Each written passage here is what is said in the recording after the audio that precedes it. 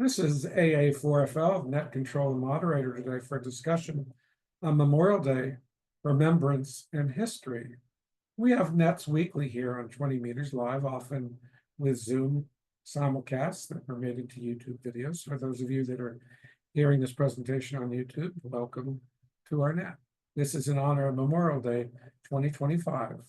And we're building upon what we discuss. Whenever we have a holiday, we tend to honor that holiday. But today's topic is not a reflection of beliefs of our organization, nor our views. Our health professionals do not work in a vacuum, and many of us are health professionals, though not all our members are. But patients do arrive with all types of backgrounds, and sometimes you hear information from them that surprises you, and the reality is complicated. And today is one of those situations that we're going to discuss in our net in the roundtable manner, and as we always do in our net, hear from those that check in. Now, being here in the South, in the North Central Florida, many individuals that live in our area do come from other parts of the world or other parts of the country. I'm personally a native Floridian, and I was a minority growing up. And it's a great pride to be able to not only have the ear of both sides, often politically, historically. You got to be right in the middle, and you get respect as a doctor, and people do open up and have very interesting discussions. So once again, usually we talk about medical topics, but not always. And on Memorial Day in Remembrance and History, we remember and honor all those that served our country by making the ultimate sacrifice, the loss of life while in the military. Originally known as Decoration Day, it originated in the years following the Civil War and became an official federal holiday in 1971. Of course, that's during my tenure as an adult. And many Americans observe Memorial Day by visiting cemeteries and memorials, holding family gatherings, and participating in parades. And actually, in 1971, I was still a teen, but it sounds good to think I was an adult. But unofficially, it marks the beginning of summer season, and that makes sense. I mean, now it's in our culture now. So we tend to view Memorial Day in this post-1971 environment for those of us that are younger, those of us that are in their mid-60s. But if you're older than that, it's a different perspective. And if you grew up in a different area of the country in the 1950s or 60s, it's even a greater different perspective.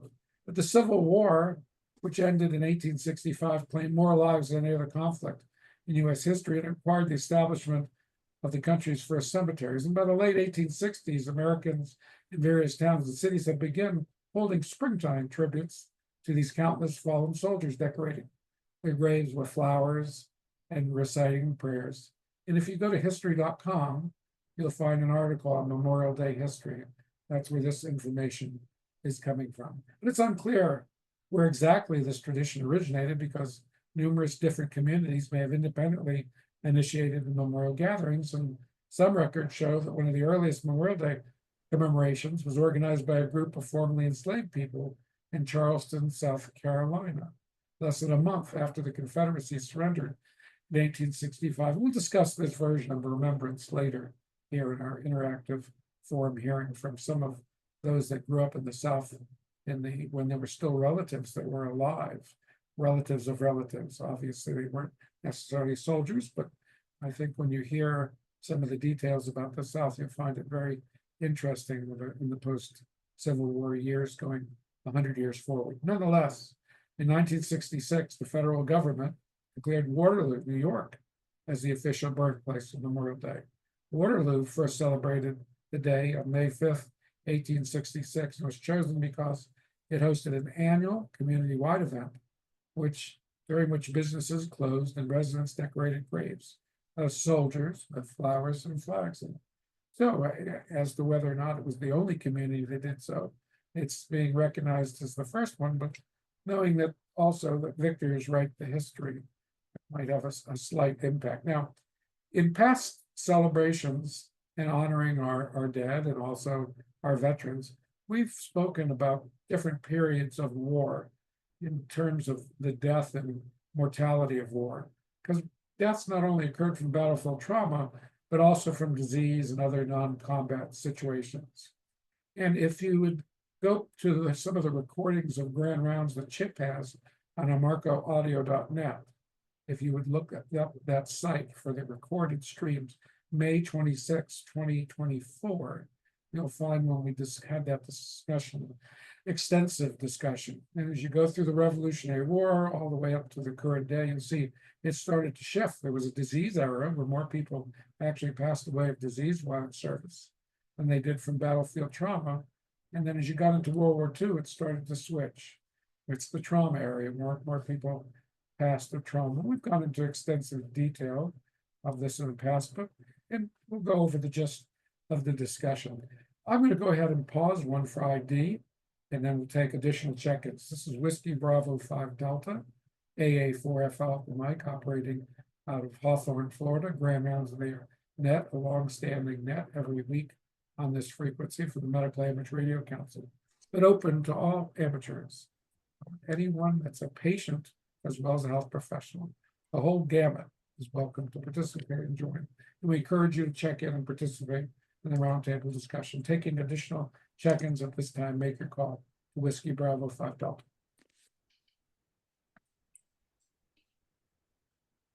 Good morning, Jay, and for JEL via Zoom. We've got N4JEL by Zoom. Thank you. We've got you checked in. And do we have any others on 20 meters that would like to check in?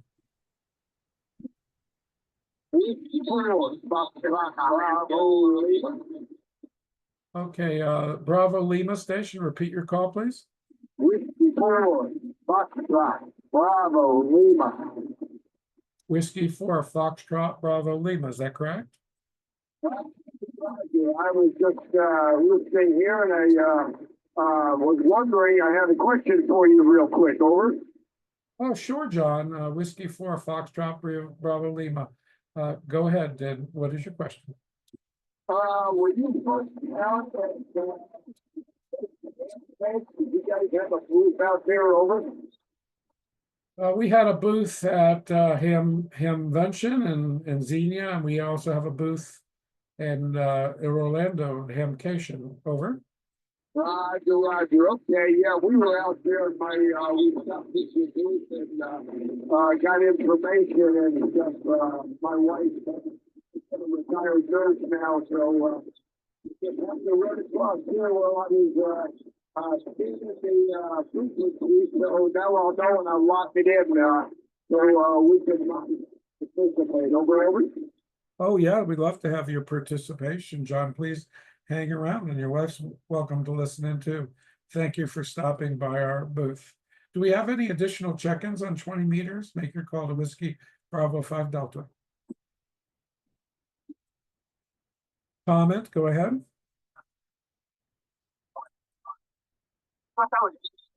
Waterloo, New York, was the outing place of Memorial Day, because Waterloo is about 50 miles directly west from us on the thruway. And I was unaware of this particular historical note. Waterloo is just a quiet village, kind of halfway between Syracuse and Rochester going west.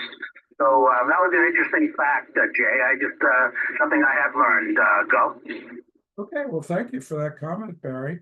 I think we'll find all of us that we're going to hear different perspectives from different individuals today, and stories and approaches to this holiday that we've never heard before. I know in casual conversation with one of our members, I was introduced to concepts, and I grew up in the South, and that I had never heard. So, and I'm here in Florida, which and we'll talk about Florida in particular as well, and some of the states that we're going to discuss today. The Memorial Day that we know, and as we discussed before, many of us know, is the 1971 version of the national holiday, but it wasn't always ubiquitous like that. And we have a lot of history still present to this day that predates, that goes back to the Civil War times or just after the Civil War. Any other comments or check-ins before we go back to our discussion? Make your call, Whiskey Bravo 5 Delta.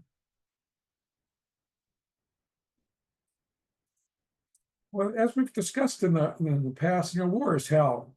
And if service to one's country is a great personal sacrifice, whether it's during the time of an active war or between ones. And this program of Memorial Day 2025, we're going to look at the history of the holiday, and we're honoring those who served our country, made the ultimate sacrifice. But we also recognize that the families of our servicemen and women make great sacrifices as well.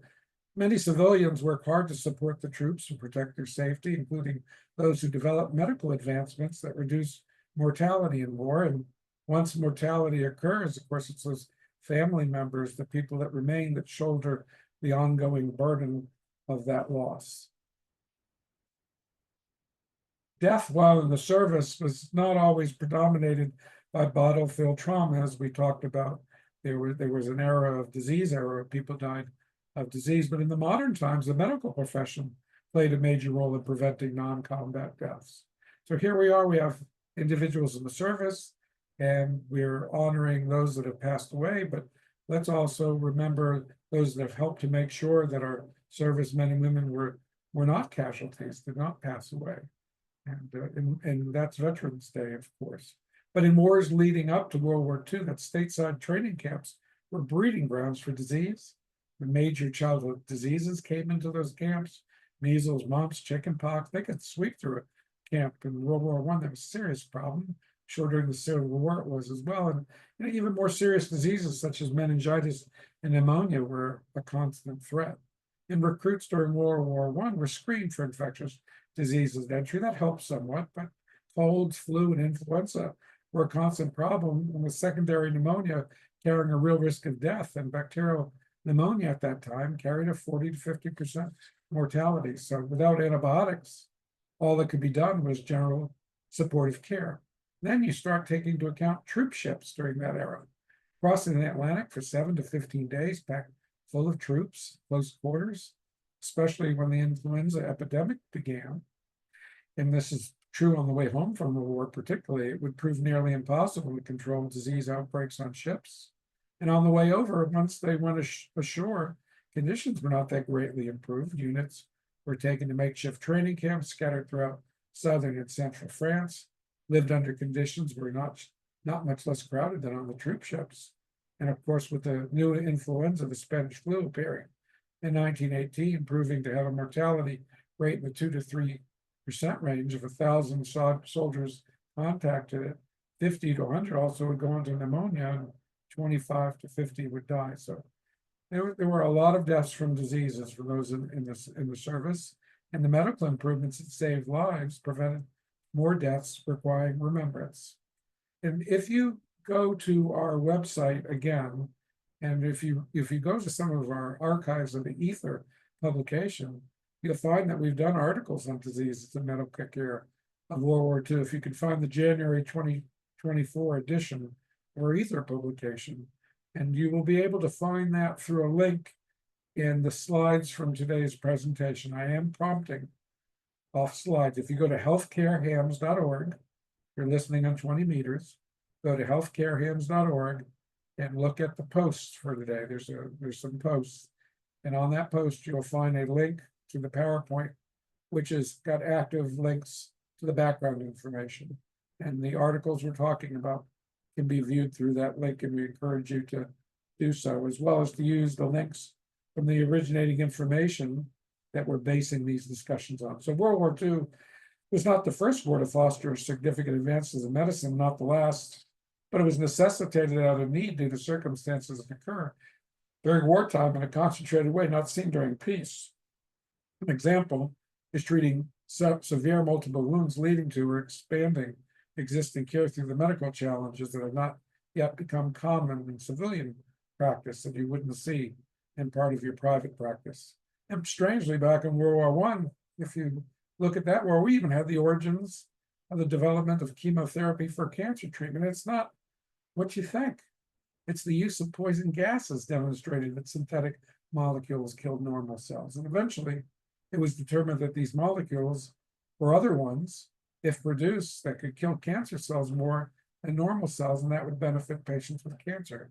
Side effects related to these treatments exist, but specificity for the malignant cells increased over the years, leading the chemotherapy. And going back to that disease, and we talk about people serving, and let's not forget that those that served often sustained injuries where they passed years later.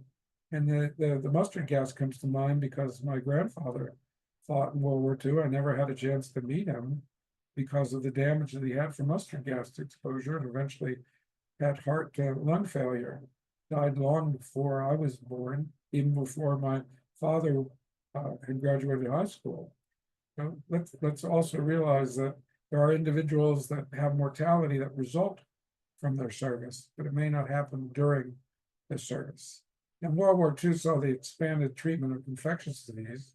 Antibiotics during wartime became a tool for saving lives. Sulfa drugs, 1935, penicillin, 1939. They had an impact in World War II, but also were precursors of research leading to development of the numerous effective antibiotics we have now, as infectious disease was the leading cause of death prior to antibiotics. And if you want that article on the disease of the medical care, World War II, it's quite an extensive article. Again, you can get that through the link here on the slides. Go to healthcarehymns.org and you'll find a link to the January 2024 edition of our Ether publication. Do we have any other comments or late check-ins?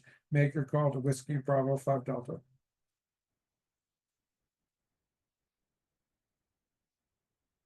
And I hope our signal's holding up here today. We have numerous check-ins. We have 14 that have checked in. Remember, if you're listening, you don't have to be a Medical Amateur Radio Council member. We encourage you to check in and be part of the discussions. Even on NetLogger, you can submit questions because I'm monitoring those. So there's all kinds of ways to participate if you're not HF enabled here today. Do we have any comments from those that are coming in through Zoom? Make your call to Whiskey Bravo 5 Delta. Okay, none at this time, but I'm sure we will.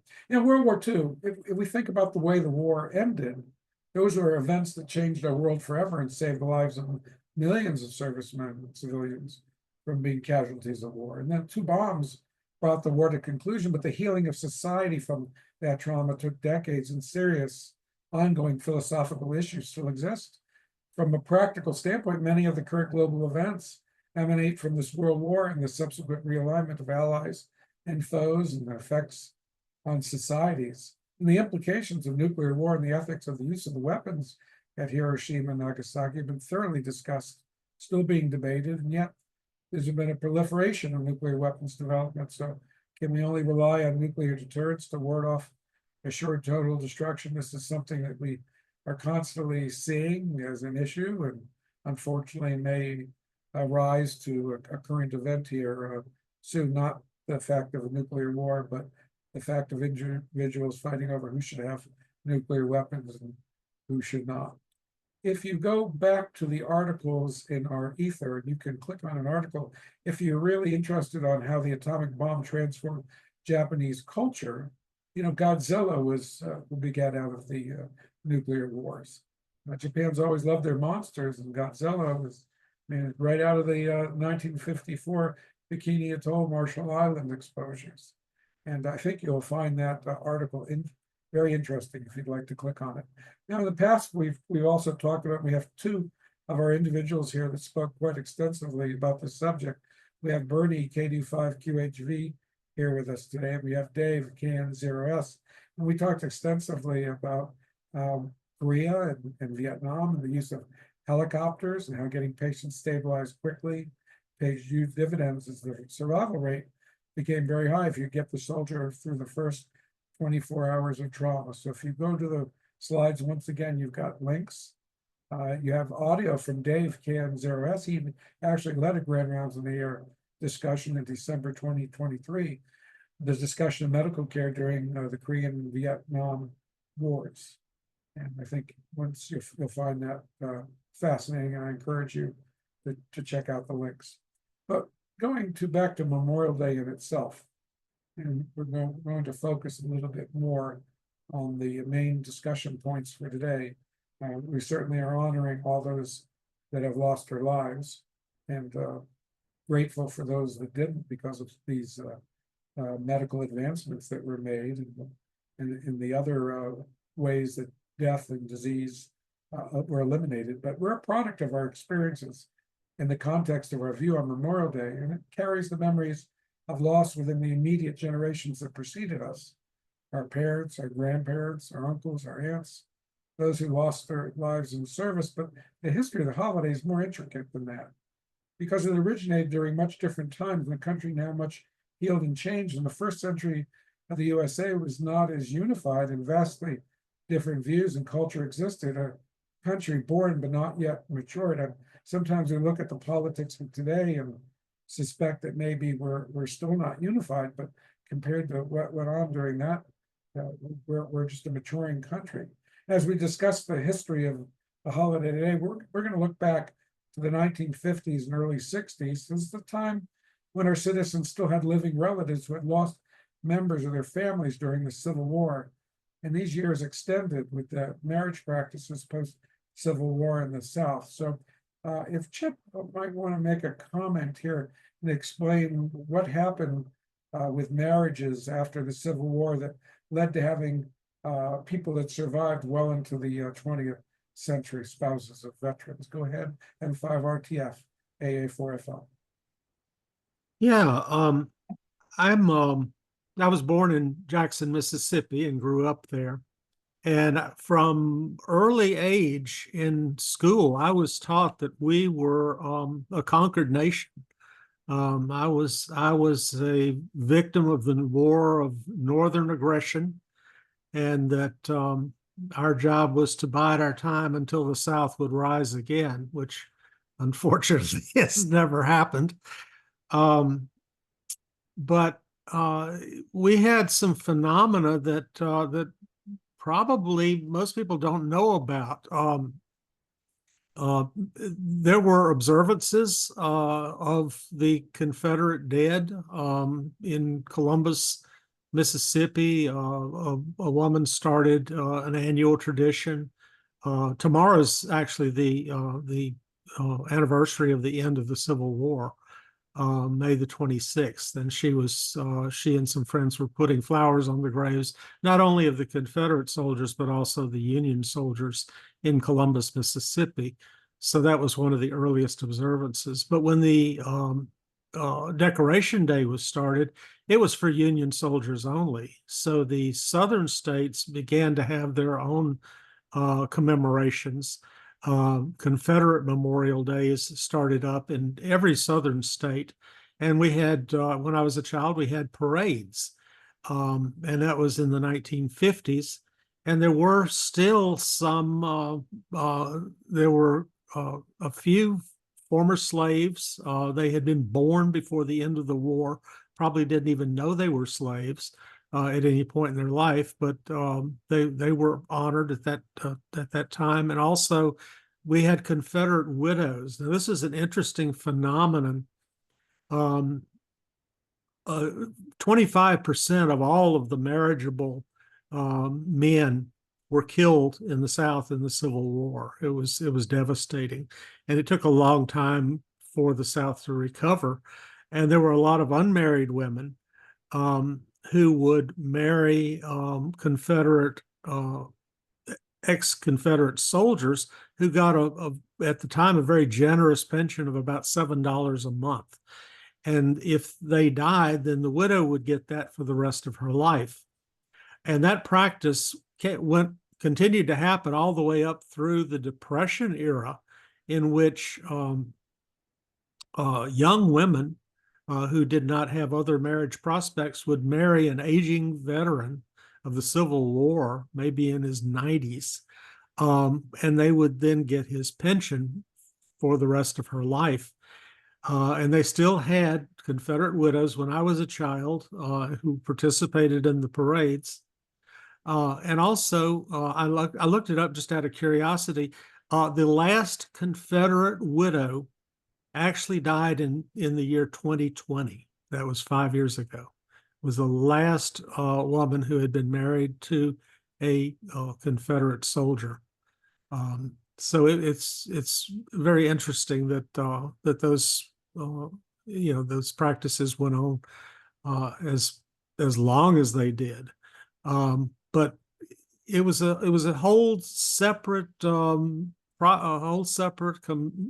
commemoration on a separate day in the southern states for a long time, and I don't think it was ever completely unified. There are still 4 states that do recognize Confederate Memorial Day independently of the National Memorial Day, and actually have a state holiday on those days. So, questions about that?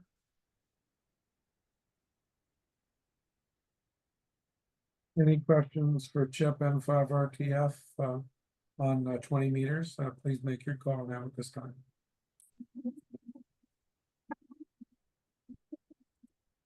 Any questions for Chip on Zoom? Because we're going to cover this even more, Chip. We're going to have some follow-up discussion here from here. But any other further comments on Zoom? Make your call.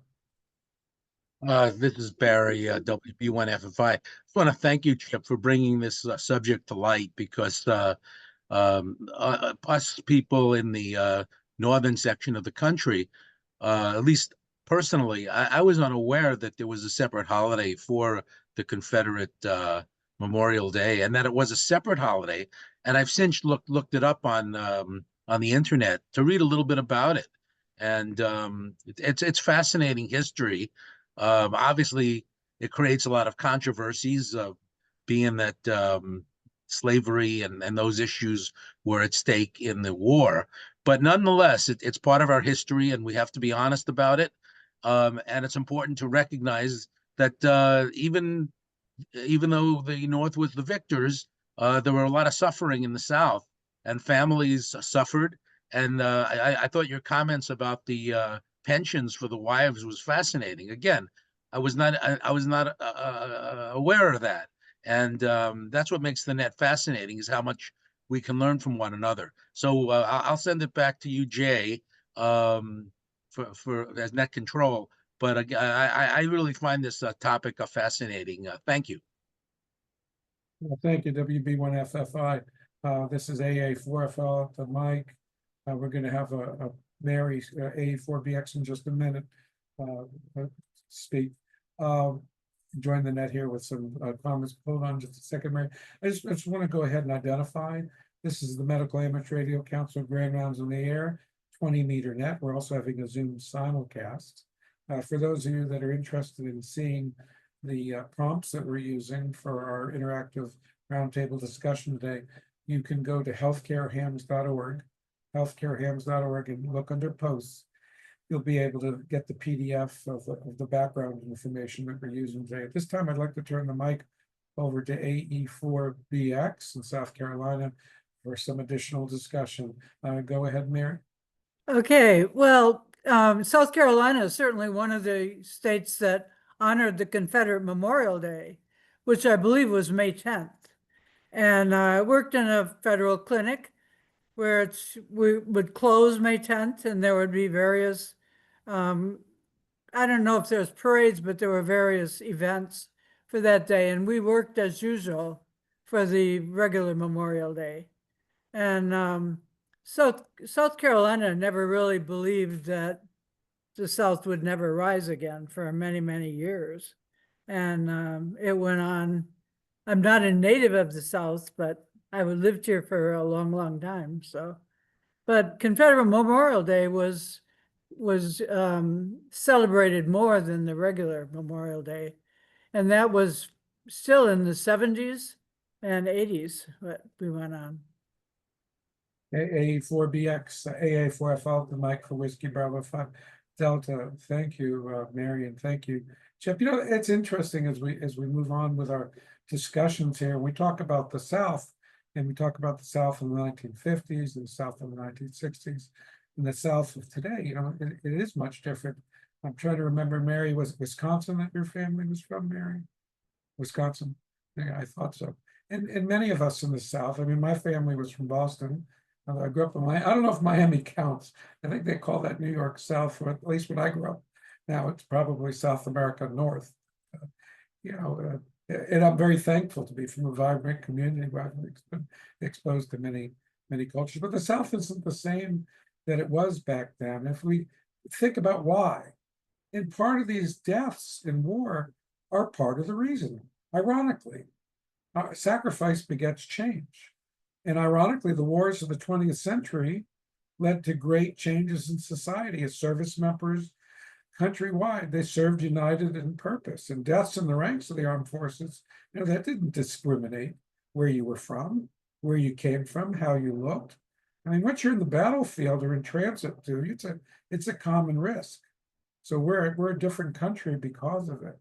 And of course, there's been a lot of migration to the South as well. Now think about the Civil War also in a little bit of a different context.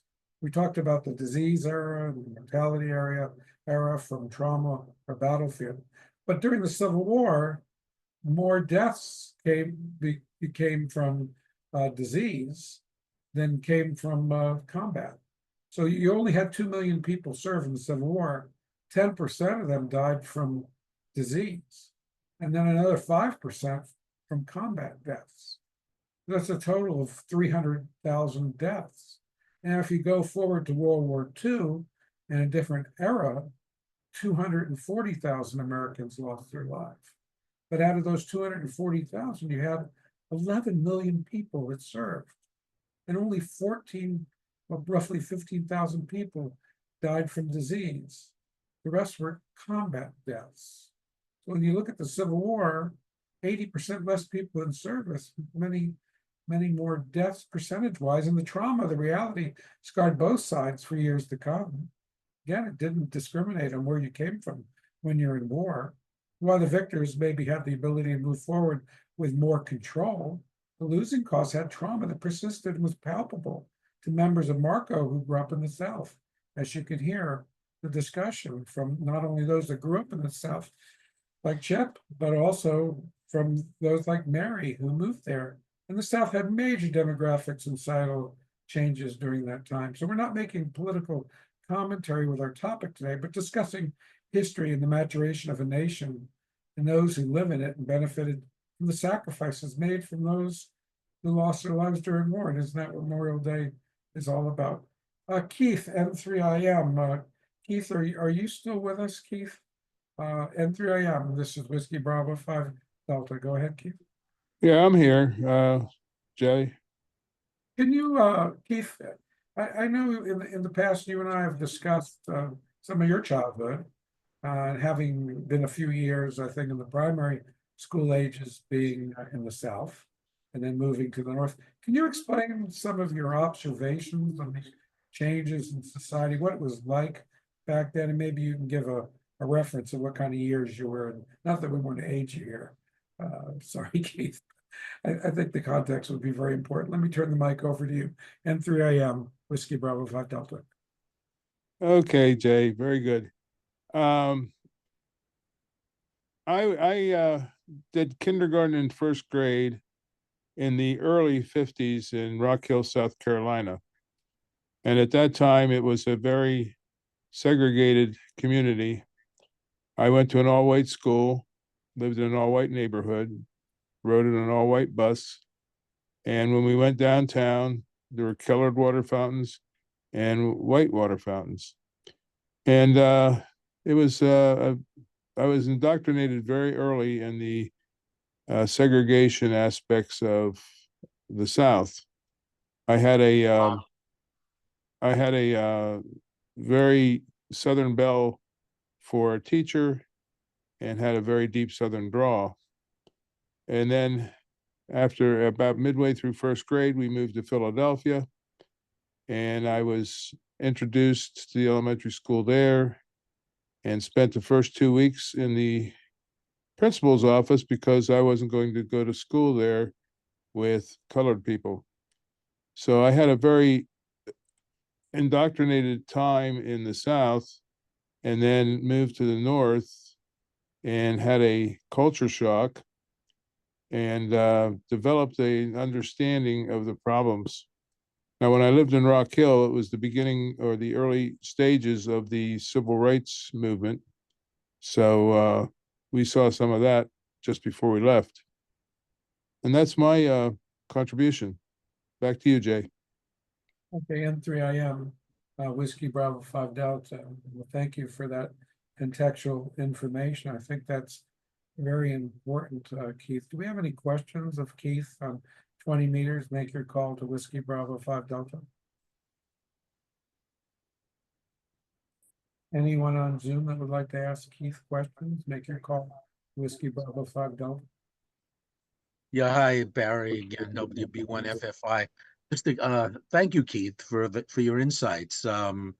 This contributes to our understanding of the complexity of what went on many years ago and how it affects our personal lives, our current state of affairs in the country, and some people that just can't let go of the history and move forward. But nonetheless, it's real. It's real. We've all know people who have experienced this, and it's great to have all of you on Marco who are willing to contribute their childhoods and experiences to the effort. And of course, in Memorial Day, we honor all the fallen soldiers. We don't get into the political issues of them. A fallen soldier is a fallen soldier. They were dedicated to the fight. So many of them had no control over what the politics were. They were just told, get out, here's a gun, and get out and fight. So we understand that and recognize that. So thank you, Chip and Keith, for your contributions. Back to you, Jay. Okay, thank you. For ID purposes, this is Whiskey Bravo 5 Delta, Medical Amateur Radio Council, Grand Rounds on the Internet, interactive roundtable discussion. Our net topic, we have a passion for health-related topics, but we also do take a little different tact every now and then with a medical bend, a healthcare bend to the topics. And do we have any additional check-ins at this time? We encourage all those that are listening to check in. Make a call to Whiskey Bravo 5 Delta. Alpha Golf Whiskey. Okay, Alpha Golf Whiskey, can you please repeat your call? Kilo Delta 2 Alpha Golf Whiskey. I repeat, Kilo Delta 2 Alpha Golf Whiskey. QSLJ. Yes, Kilo Delta 2 Alpha Golf Whiskey. QSL, it's good to have you with us here again today. I know you check in fairly regularly, Roy. Thank you. Any other additional check-ins? Make a call. Kilo Charlie 3 Alpha Kilo Charlie. Okay, Kilo Charlie 3 Alpha Kilo Charlie, is that correct? Negative, that's Kilo Charlie 3 Alpha Kilo Charlie. PK, please. Oh, I'm sorry. One more time, please. Yes, Kilo Charlie 3 Alpha Kilo Charlie. Kilo Charlie 3 Alpha Kilo Charlie. Okay, Papa Kilo Charlie QSL. QSL. Okay, thank you, Adam. Thank you for being here with us today. Any further check-ins? Okay, Whiskey 9 Foxtrot in Chicagoland. Thank you for checking in, Jeff. Any further check-ins? Make your call. Yeah, Oscar November. November 3, India Oscar November. Thank you for checking in. Any further check-ins? Okay, well, thank you for checking in, everyone, and we'll give you a chance to participate too. I just want to change gears for 1 second when we're talking about Memorial Day. And, originally known as Decoration Day, beginning during the Civil War, right after the Civil War, to honor soldiers. And it's evolved to a national holiday commemorating all U.S. military personnel who died in service, as was said eloquently by Barry. So this is actually a discussion of AI and web searches. So this is a co-pilot answer on the origins that originated in the years following the Civil War, which resulted in the deaths of more soldiers than any other conflict in U.S. history, which we talked about. So the history was initially called Decoration Day and involved decorating the graves of soldiers with flowers and flags. Widely recognized observance took place. Now this is where, again, AI tends to bend they give the credit to General John Logan, the commander of the Grand Army of the Republic, proclaiming a day to honor Union soldiers who died in Civil War. So it does also mention, though, in the co-pilot answer, that there were early observances that various communities across the United States began holding springtime tributes to fallen soldiers, decorating their graves with flowers and reciting prayers, and notably one of the earliest was organized by formerly enslaved people in Charleston, South Carolina, in May 1965, shortly after the Confederacy surrendered. And then the federal government subsequently in 1966, though, declared Waterloo the official birthplace of Memorial Day, New York. And they had a community-wide event after they did in Charleston on May 5th, 1866, where businesses closed and residents decorated graves. So did it evolve to a national holiday? And after World War I, it started to evolve to honor all Americans who died in military service, not just those from the Civil War, but not till 1971. Now, the context of my upbringing, the Congress passed the Uniform Monday Holiday Act, establishing Memorial Day federal holiday observed in the last Monday in May, and sharing a 3-day weekend for federal employees. And the current observance is marked by various traditions. It's, the start of the summer season, parades, memorial services, decoration of graves, and it serves as a solemn reminder of sacrifices made by military personnel. So this came from a co-pilot search from looking at Memorial Day. And I think it's worthy of knowing that a lot of people, younger people, get their information online. Now, were there other commemorations? We've heard that already today in our interactive discussions from N5RTF and Mary and 84BX. And we know there was a Confederate Memorial Day. And it's Confederate Heroes Day in Texas and Florida, Confederate Decoration Day in Tennessee. It's a holiday observed in several southern U.S. states. Now, this comes from a wiki, so that's another question. Where does the wiki? I mean, they give a lot of background information.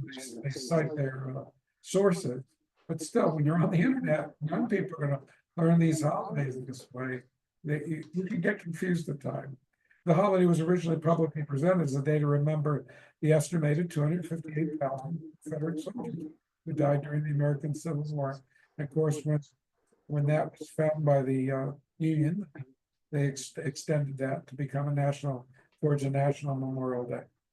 So you can read the history, go to the wiki for Memorial Day, for Confederate Memorial Day, and you'll be able to see some of that information directly. But there are also books that have been written about it that go into more detail. Chip had mentioned what happened in Columbus, Mississippi. There was also Macon, Georgia. And the dates that these are celebrated are not ubiquitous. Even in the South, there's different dates that they're celebrated. And you can pick that information up also on the wiki.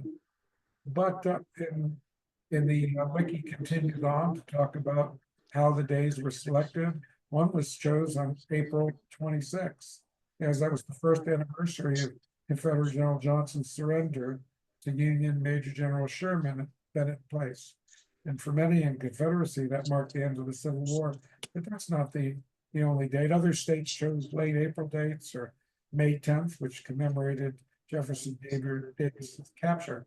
And as pointed out about the South, historians have pointed out the holiday's official recognition by states often coincided with the height of Jim Crow racism around the United States, because in some places the holiday actually was revived interest as a reaction to the early civil rights movement in the 1950s. So that's often wiki, if you can trust the wiki as a source. So, we heard how different it was in the South back then, in contrast in the 1950s of growing up for a few years in South Carolina and moving to Philadelphia and vastly finding it different. You heard about Chip's upbringing as well in Mississippi, N5RTF, but how accurate is what you find on the internet? Now, is it what's claimed on the website true? Who arbiters AI? Are these statutory holidays? Are there calls for change? The wiki says it's currently official state holiday in Alabama, Mississippi, South Carolina, as Mary mentioned, in Texas, where state employees are entitled to a paid day off from work. And it's commemorated in Kentucky, Florida, North Carolina, and Tennessee. Also formally recognized in Louisiana, Virginia, and Georgia. State holiday is still observed the fourth Monday of April, but it's referred to just as a state holiday now.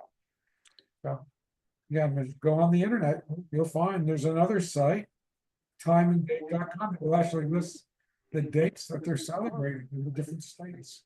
So if you look up timeanddate.com and ask for Confederate Memorial Day, you'll see a different list of different days that it's celebrated on, as well as description. Now, here in Florida, I went to look for information, and this Saturday, this was an article that was just updated on April 29th, 2025. And the following Saturday was Memorial Day, Confederate Memorial Day in Florida. And why does Florida still celebrate it? And interesting enough, the article was in the Jacksonville Times Union publication online, and key points were generated by AI assisted summaries. So here we go again.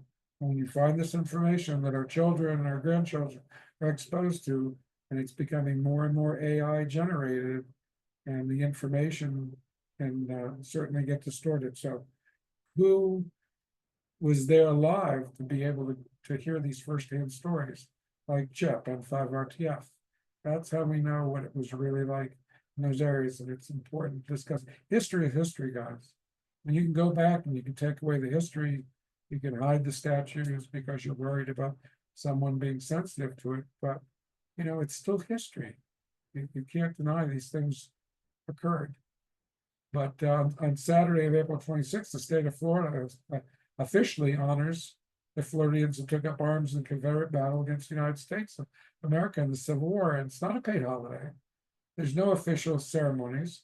It's not been publicly recognized by Governor Ron DeSantis, but it's one of 3 Confederate holidays, along with the birthdays of General Robert E. Lee and Confederate State Jefferson Davis. It's still on the books, well over a century after the Civil War, despite numerous attempts to remove them. So history continues on, but these are statutory holidays, and just have not changed the statutory nature of them. So if you go to jacksonville.com, look for the story on Confederate Memorial Day as a state holiday despite opposition, that's where I was able to find this information from. So I hope you found today's discussions to be very interesting. As the Medical Amateur Radio Council, as we talk about Memorial Day, it's a little bit different bend on our discussions that we've had in the past.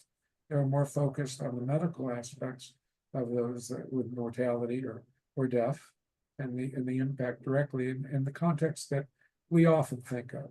And as Chip mentioned, when you're thinking the 1950s in the South, because of the way that the brides married Confederate soldiers, veterans, and they lived on till 2020, it's almost impossible to conceive of. It was a much different world. We're talking about firsthand representation of people that have a direct connection to the Civil War, and that's just expired. So context is everything. Any additional comments? Make your call on 20 meters first to Whiskey Bravo 5 Delta. Any additional comments on the Zoom side of our simulcast today? Make your N3IM. Okay, N3IM, go ahead, Keith. Yeah, I don't know whether this is when this concept started, but during the Civil War, the South started conscription of the young men.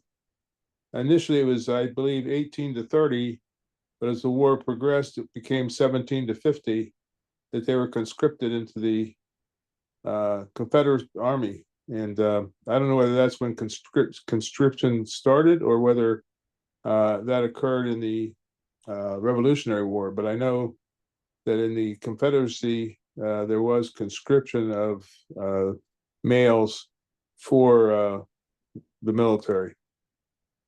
My comment. Okay, thank you. I don't have any direct knowledge myself. Is there anybody who would like to comment on that? This is Whiskey Bravo 5 Delta looking for comments. You know, a lot of times, N3AM, Keith, what we see in the media, movies, and we know that's created and sensationalized.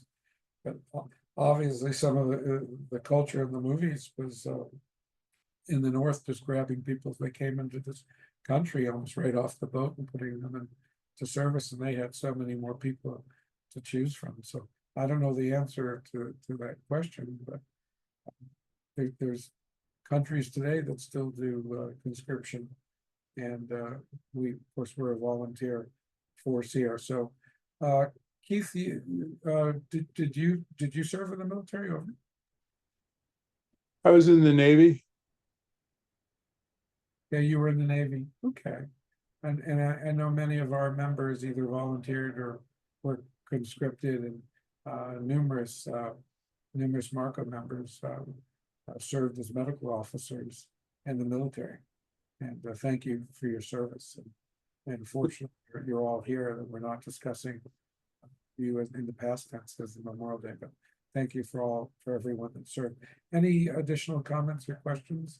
Make your call to Whiskey Bravo 5 Delta. Jay, I just looked up your figures for Florida. In 1865, there were only 140,000 people living in Florida total. 15,000 of them fought for the Confederacy, 2,000 fought for the Union, and about a third of them died.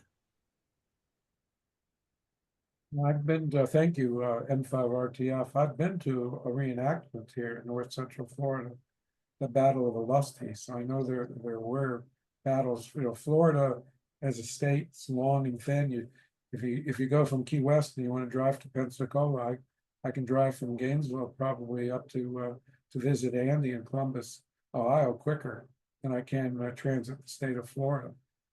I-75 is a much nicer drive to than going through all these interstates here in Florida and fighting the traffic. So Florida is a dynamic state. I guess we were East and West Florida. They can't even decide here in Florida who had the the oldest city in the United States. I was St. Augustine the other day. I think they're still arguing in the Panhandle in Pensacola and Mobile who was here first. So yeah, that's amazing though, Chip. It's like 10%. Of the citizens fought, and a good percentage of that 10% fought for the North.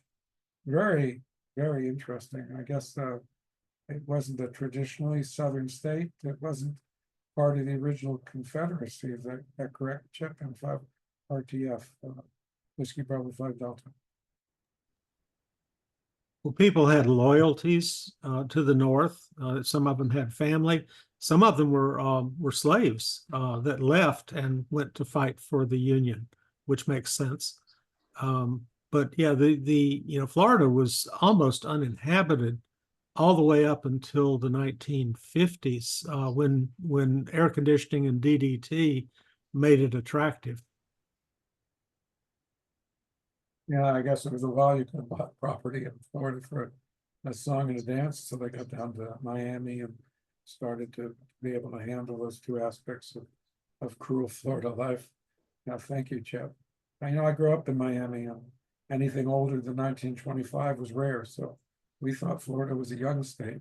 Little did we know you go up to St. Augustine and you have a whole different view of life. So context is everything when you're young, and I'm glad we have these discussions here on our net that bring everyone into the fold and appreciate everyone's contextual background and respect each other fully. And that's not only true of here in the United States. We have international members as well. We enjoy hearing of the background. Were there other comments here that would like to be made? Let's start on Zoom. Any additional comments? Just one, N3IM. N3IM, I'll turn the mic over to you, Whiskey Bravo 5 Delta. Yeah, I just wanted to comment that this is the 250th anniversary of the U.S. Navy. Well, thank you, Keith. I didn't realize that. We have a lot to be thankful for. So where are we here in our country? The math escapes me right now. Is that formed at the same time as the country over? No, next year is the 250th anniversary of the United States. The U.S. Navy was formed before the Revolutionary War. No, thank you for elaborating. Sounds like we're gonna have a lot of celebrations on our hands here. So Chip, one additional comment or question I have from you. I know you live now in New Orleans, not Mississippi anymore, but you're a product of the South, and you've seen different environments within the South, and certainly New Orleans is a totally different city than a great part of the South. The mixture of the races, the backgrounds, people from American Indian backgrounds, culture, Cajun culture. Tell us a little bit about your observations in terms of currently the perception of Memorial Day and Confederate Memorial Day as you see around you in the South. Well, New Orleans is unique. If you walk along Rampart Street, there are street lamps, and on the base of the street lamps, they have on the four points of the compass, you've got the different occupations. You have the Spanish occupation, the French occupation, the Confederate occupation, and then two fields for the American occupation with a blank at the end of the last date for the American occupation. People in New Orleans don't really, that we've been conquered so many times that there's really no loyalty to anything. New Orleans surrendered in the Civil War. They surrendered to the Spanish. They surrendered to the French. They were going to surrender to the British in the War of 1812. Andrew Jackson had to put the city council and the judge in jail so that he could fight the Battle of 1812, so that the city would not surrender out from under him. And then it's an interesting story, but New Orleans has never really felt like it was a part of any of these organizations: U.S., Confederacy, France, Spain. They go by. It's sort of like my tortoise's viewpoint of the other pets. They spring up and they die, in a blink of an eye, while New Orleans goes on and on. So we don't know who we're going to end up with next month. So anyway, you don't see a lot of celebrations down here. Now, they did tear down all of our statues, but I think that was just a fad. And nobody paid a whole lot of attention to it to begin with. In 5 RTF. And you still do have that famous square, though, don't you, in New Orleans? What was that? That was Jackson Square. That was to honor Andrew Jackson. And yes, the statue is still up there because it's such a tourist icon that the city, no matter how woke it got, was not going to see that damaged. It was just too valuable for the image of the city. But yeah, all the statues, all the Confederate statues everywhere else in town were pulled down, including a free man of color who was actually fought on the side of the Confederacy, and they pulled him down too. So Very interesting hearing a perspective from New Orleans. I have family there as well that go back 3 generations. So even here from a family of Jewish heritage in the South, I even have a family member that grew up in Hattiesburg, Mississippi. So that's also a misnomer, thinking that everybody comes from New York from that heritage. Any other comments here? I'll make your call to Whiskey Bravo 5 Delta. Well, thank you for everybody being here with us today. Chip N5RTF is, we had a session where we had very, very poor propagation. And next Sunday, we're going to pick up a whole different discussion. Chip N5RTF, would you like to give us a little preview about the net that we're going to do? And we'll do a Zoom simulcast on that also next Sunday. Go ahead. yeah, about a month ago, I gave a talk on dementia diagnosis through sense of smell. There are some smell tests on the market with pretty good results. In fact, they're right in line with a lot of the very expensive imaging tests as far as the diagnosis of Alzheimer's and other types of dementia. Unfortunately, on that week, we did not have good propagation. We had 6 people, and I'm very grateful that they came in and participated. But it was an interesting topic, and it probably should be redone with the Zoom recording as well. Jay, I don't think you were available to do that. So really, there was no record. I couldn't get an audio recording because of the propagation was so bad, and we couldn't do a Zoom, so it was just lost forever unless we redo it. And unless there's any objection, I'll go ahead and redo that talk on the 3rd. I encourage it, actually. I think you sent me the notes, so we'll go ahead and prepare slide prompts, and we'll make it available as a Zoom session for the general amateur community. As we mentioned earlier with today's presentation, if you go to healthcarehams.org, you'll be able to get a PowerPoint slides that we use as prompts for today's discussion. Now, we try to be a very engaging organization. We are an ARL affiliated club, and what we do in producing YouTube videos where we take these topics to the general public should have great value. That being said, I'm going to close the net momentarily, but before I do, I'm going to go ahead and stop the recording that we're using here.